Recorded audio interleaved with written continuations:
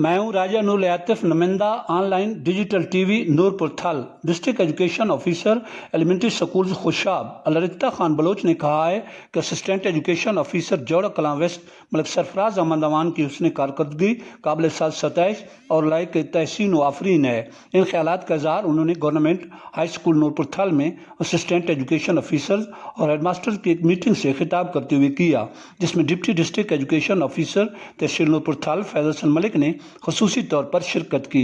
District education officer ने कहा कि मेरा यह सब डिवीज़न जौड़ा कलां वेस्ट के स्कूलों का पहला विजिट था।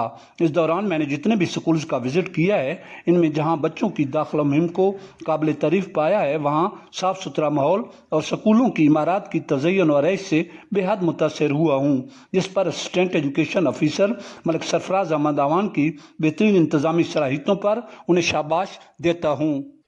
अलरिता खान बलोच ने मजीद कहा कि हेडमास्टर्स को चाहिए कि वो भी अपने अपने स्कूलों में दाखिला मुहिम की कामयाबी और बेहतरीन तालीमी माहौल के लिए हरगिज़ कोई कसर उठा न रखें। डिस्ट्रिक्ट एजुकेशन ऑफिसर ने एंटी डेंगू मुहिम, शजरकारी और दाखिला मुहिम समेत दीगर ज़रूरी हिदायत भी जारी की।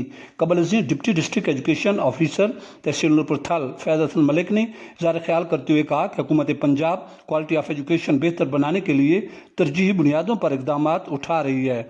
उन्होंने साज़ा कराम को मुख्तलिफ नौइयत की हिदायत जारी करते हुए कहा कि इन पर मनोअन अमल दरामद यकीनी बनाया जाए।